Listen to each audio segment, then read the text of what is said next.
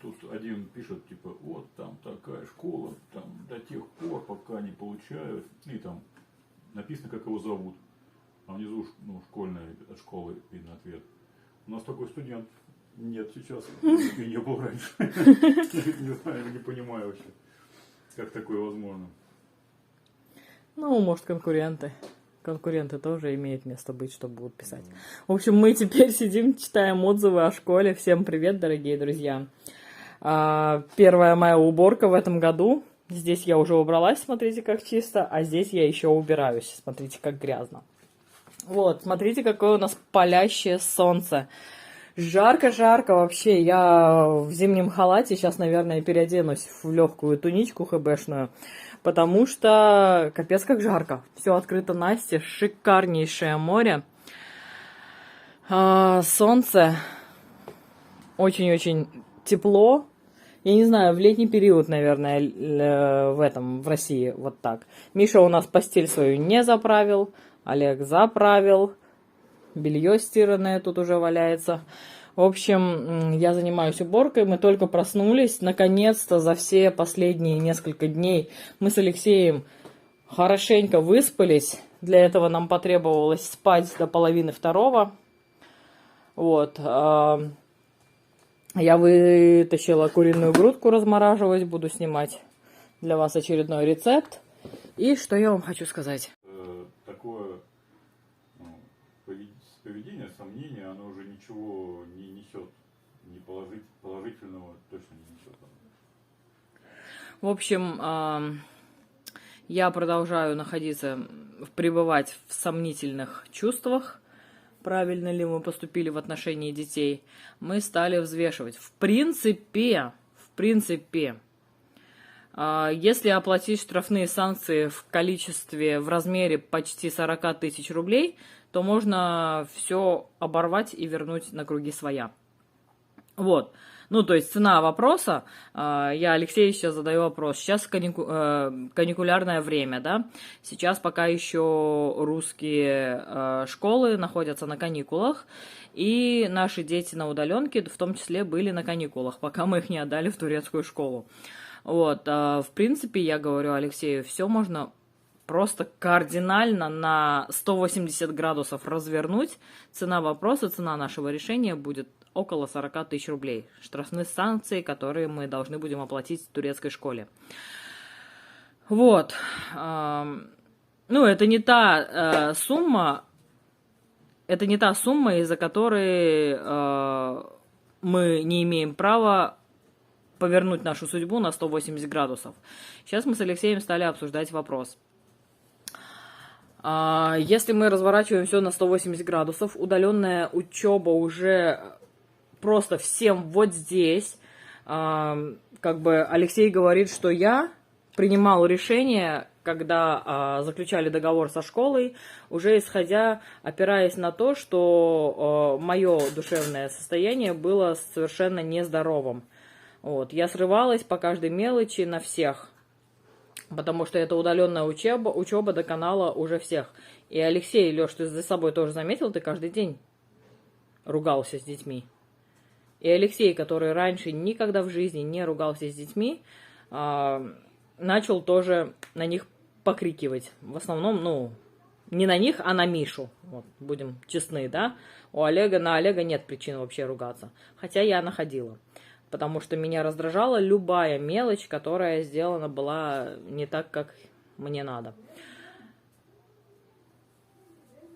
Что-то там ругаются соседи теперь. Вот. И что я вам хочу сказать. Алексей говорит, что его решение было положительным по поводу турецкой школы, лишь исходя из душевного состояния моего, из-за того, что как бы здоровье подрывается, да, таким образом. Вот. какой выход? Если, к примеру, сейчас ситуацию разворачивать на 180 градусов, кстати, в связи с этими событиями стрессовыми мы мало снимали влогов, ну, по максимуму стараемся вас информировать, вы, в принципе, знаете о нашей семье все, что происходит с нами, вот, но опускали различные там детали, и мы мало снимали влогов, поэтому сейчас выход видео и реальные события буквально совпадают. Я сегодня снимаю на момент съемки «Всех с Рождеством» 7 января. Всем всех благ, здоровья, берегите друг друга и себя в первую очередь. Вот, 7 января у нас, а видео выйдет 8 января. То есть вот мы снимаем и тут же выкладываем на следующий день. Так вот, в связи со всеми этими событиями вот так сократилось, значит, время реальных событий и время выхода видео. Так вот, если ситуацию разворачивать на 180 градусов, оплачивать эти штрафные санкции турецкой частной школе, забирать оттуда документы и возвращаться на обучение в русскую школу, то онлайн это 100% уже точно не для нас. Это проверено. Мы не прошли это испытание. Да, признаемся, малоежки оказались в плане нервов очень-очень неустойчивыми. И мы не смогли справиться с онлайн-обучением нашего младшего ребенка, который гиперактивный, которому нужно общение со сверстниками. Мы тоже с Алексеем сидели, не раз обсуждали эту тему. Я говорю, ты вспомни, до пандемии, естественно, пандемия внесла свои корректировки, но до пандемии вот его можно было даже не кормить, он готов целыми днями находиться на площадке, бегать, гоняться, общаться, то есть очень такой активный, гиперактивный ребенок. Ему не нужно в этой жизни ничего, вот лишь бы дай погоняться на детской площадке с друзьями. И вот такого вот активного ребенка мы посадили на удаленное обучение. Для Олега это обучение подошло на 100%. Он спокойный, ему не нужно, он не любит гулять, он не любит тусовки какие-то, он не любит большое скопление людей. Он такой вот домосед был всегда. И, собственно, для него кардинально ничего не поменялось. Единственное, что поменялось, что он перестал ходить в школу, да. Что касается Мишутки, как оказалось, для него очень сложным оказалось лишиться общения со сверстниками, со своими друзьями, одноклассниками. Вот, и у нас начались проблемы. Так вот, если мы разворачиваем ситуацию на 180 градусов, забираем детей из турецкой школы, в которой они учатся буквально сегодня на момент съемки 3-й день. Как бы, ничего страшного пока не произошло. Дети в русских школах находятся на каникулах, мы еще и программу не успели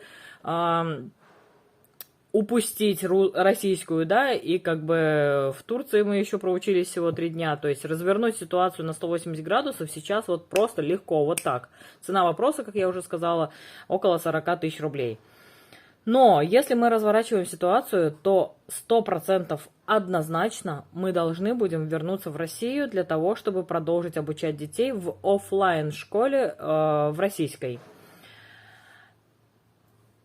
Тут встает следующий вопрос. Хочет ли вся семья возвращения в Россию? И мы понимаем, что мы не хотим этого. Что пройдет время, мы начнем скучать по морю, мы начнем скучать по прогулкам на набережной, в частности, мои ребята, да, начнут скучать. Вот. Придет летний период, неизвестно еще, сможем ли мы позволить себе прилететь в Турцию, несмотря на то, что у нас теперь в Турции своя квартира, да. Не факт, мы, конечно, будем стараться, но нам, я 100% уверена, будет очень-очень не хватать всей этой обстановки, моря каждый день, которое мы наблюдаем из окна. В общем, та обыденность российская, начинаешь вспоминать, да, как мы жили в России. И мы 100% с Алексеем понимаем, что мы будем очень сильно скучать, и мы будем жалеть о своем решении. Поэтому, как бы, сейчас тоже не хочется сделать неправильный шаг, не хочется сделать необдуманный поступок. И не хочется, уж тем более не хочется упустить программу, если в конечном итоге нам все равно придется вернуться в Россию, к примеру, я так говорю, да, чисто теоретически. Если мы все равно будем принимать решение возвращаться в Россию, то не хочется это делать слишком поздно, когда уже дети упустят какие-то знания по программе российской. В общем, мы сейчас сидим на этапе обсуждения, вот прям вот мы сейчас только разговаривали с Алексеем на эту тему. Как бы детей мнение я знаю, Алексей тоже его знает, они хотят жить и быть в Турции, но опять-таки очень много факторов, которые влияют на наше с Алексеем решение, в том числе и то, что жизнь в Турции становится нереально дорогой. Если хотите, напишите в комментариях, я попрошу Алексея обсудить с вами эту тему, потому что тема тоже достаточно такая интересная, скажем так, да. Здесь повысили на все цены, просто неприлично повысили. Когда подобный, как это назвать, Лёш, дефолт, да, произошел с рублем, так можно назвать? Ну нет, дефолт это еще более жесткое, конечно, мероприятие. Здесь всего в 2 раза все упало. В 2 раза все упало. Ну, так вот, в 2014 году с русским рублем тоже произошло то же самое, что сейчас с турецкой лирой происходит, да? Но в России такого кардинального изменения для обычных граждан не было. Ну, не было, я такого не помню. Они как бы старались повышать по чуть-чуть, что людям это было не так сильно заметно. А здесь сразу бабах, цены в 2 раза. Что будет дальше, неизвестно, как бы. Поэтому о таких проблемах дети не думают и не должны думать, поэтому решение принимать только нам с Алексеем, и мы только что с ним эту тему обсуждали, прервались, небольшая пауза в нашем разговоре возникла, и я включила камеру, чтобы немножко с вами тоже поделиться своими нашими ощущениями, нашими впечатлениями, нашими мыслями. Я пока не знаю, как лучше. Слушать наших турецких друзей тоже некорректно, потому что они настолько полюбили нашу семью. Я не знаю, почему с их стороны к нам такое мега вообще опекунское, мега заботливое отношение. Но они настолько полюбили нашу семью, что они всем сердцем желают, мечтают, чтобы мы жили в Турции рядом с ними. Наших русских родителей, в смысле русских родителей, наших родителей, которые живут в России, слушать тоже некорректно, потому что и они тоже хотят, чтобы мы жили в России, рядом с ними. Поэтому я Алексею говорю, нам необходимо слушать только самих себя. Детей мнения, опять-таки, я повторюсь, мы знаем, они хотят в Турции быть, но мы, как взрослые, которые должны думать и смотреть на будущее, просчитывать на несколько там, этапов нашей жизни наперед, мы должны принять сейчас однозначно правильное решение. Ошибиться мы сейчас не имеем права.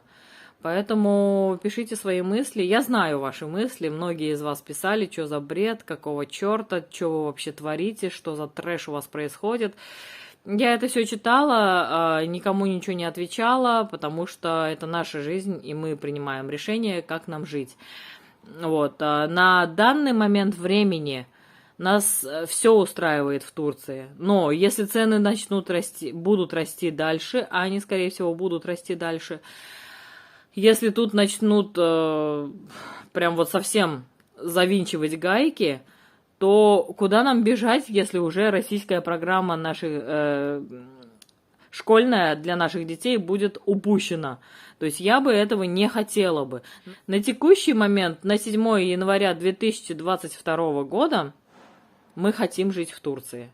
Но мы с Алексеем должны проанализировать и продумать ситуацию наперед. Что будет дальше, как здесь жить дальше.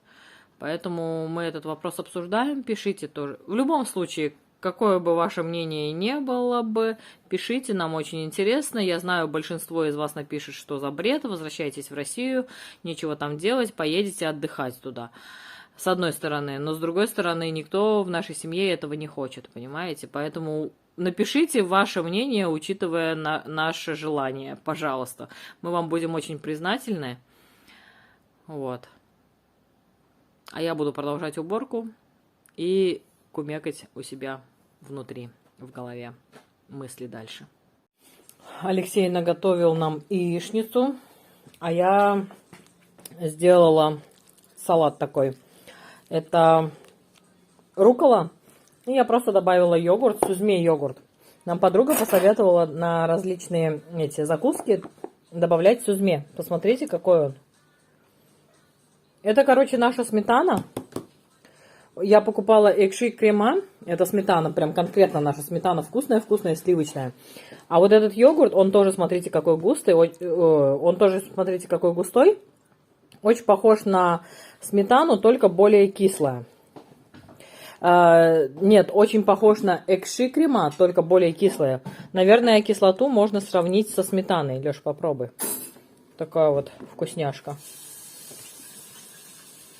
Да, кислоту можно сравнить с нашей российской сметаной. Очень вкусно. И стоит недорого. 22,95, 23 лиры за 750 грамм. Да. В метро. Ну, сюзми пейнер, он... Ой, пейнер, господи. Сюзми йогурт, он везде продается. Вот. Очень вкусно, да?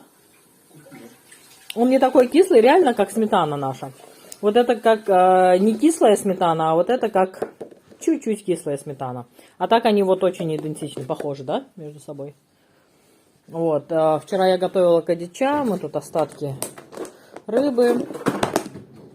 И я хочу, знаете, что сделать? Подруга порекомендовала.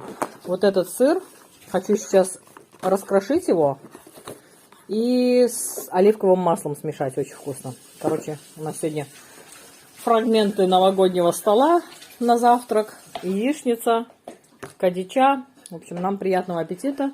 Все, кто с нами будет есть, тоже приятного аппетита. Сейчас мы еще все это из пакетов повытаскиваем и будем есть. Ну что, друзья, вот такую кашицеобразную сырную оливково-масловую масляную смесь я сделала. И теперь вот эту штучку на хлеб мажешь, и вкусненько получается. Все, нам приятного аппетита. Решила покраситься. У меня, в принципе, только корни стали белыми, седыми. Вот, поэтому я не хочу красить всю голову, хочу покрасить только корни.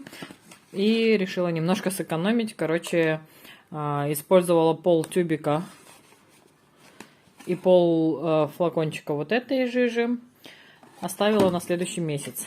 Последний раз я красилась 12 декабря. Сегодня на момент съемки 7 января. То есть меньше, чем на месяц мне хватает. И я уже неприлично прям седая. Поэтому я половинку развела. И через месяц вторую половинку использую. Опять корни себе покрашу. Вот. Алексей мне тут расстелил газеты со всех сторон. Потому что последний раз, когда я красилась, я намазюкала стол, который не стирается ничем. Вот. Теперь вся обложенная газетами сижу. Сейчас доразведу краску и буду сама себя красить. Такие у меня дела. Уже скоро за детьми, 16:02, 16:40. Дети освобождаются, надо будет за детьми ехать. А мы еще толком ничего не делали, только проснулись, только расшатываемся. В общем, я сейчас покрашусь и потом начну снимать рецепт. Потом голову смою, и рецепт уже будет на подходе, я надеюсь. Такие у нас дела. Ну что, друзья, покрасила я себя. Через часок все смою и буду опять черноволосая красотка без седых волос. Алексей уже поехал за детьми. У нас превосходнейшая погода, супер классное море. Нам тут строят новые беседки. Вон там большую беседку построили. С нашей стороны вот две теперь беседки. Вот это старая, вот это еще. Не знаю, зачем нам, куда нам столько беседок. Но, в общем, делают. Такая вот замечательная у нас сегодня погода. Краска у меня осталась. Это еще в следующем месяце я использую. Все. Сейчас попробую картошку начистить, начать рецептик снимать. Уборку я уже сделала. Ну что, друзья, а у нас Рождество. А у нас красота вот такая. И елочка горит. Дети, спокойной ночи. Давайте, давайте, 12 час. Все, всех с Рождеством. Всех с Рождеством. Спокойной Да, ночи. спокойной ночи.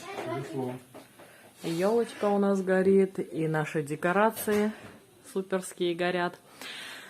В общем, я немножко успокоилась, я прям стрессовала, депрессовала, лежала, немножко подрёвывала иногда, немножко, вот, и успокоилась немного, пообщавшись с мамочкой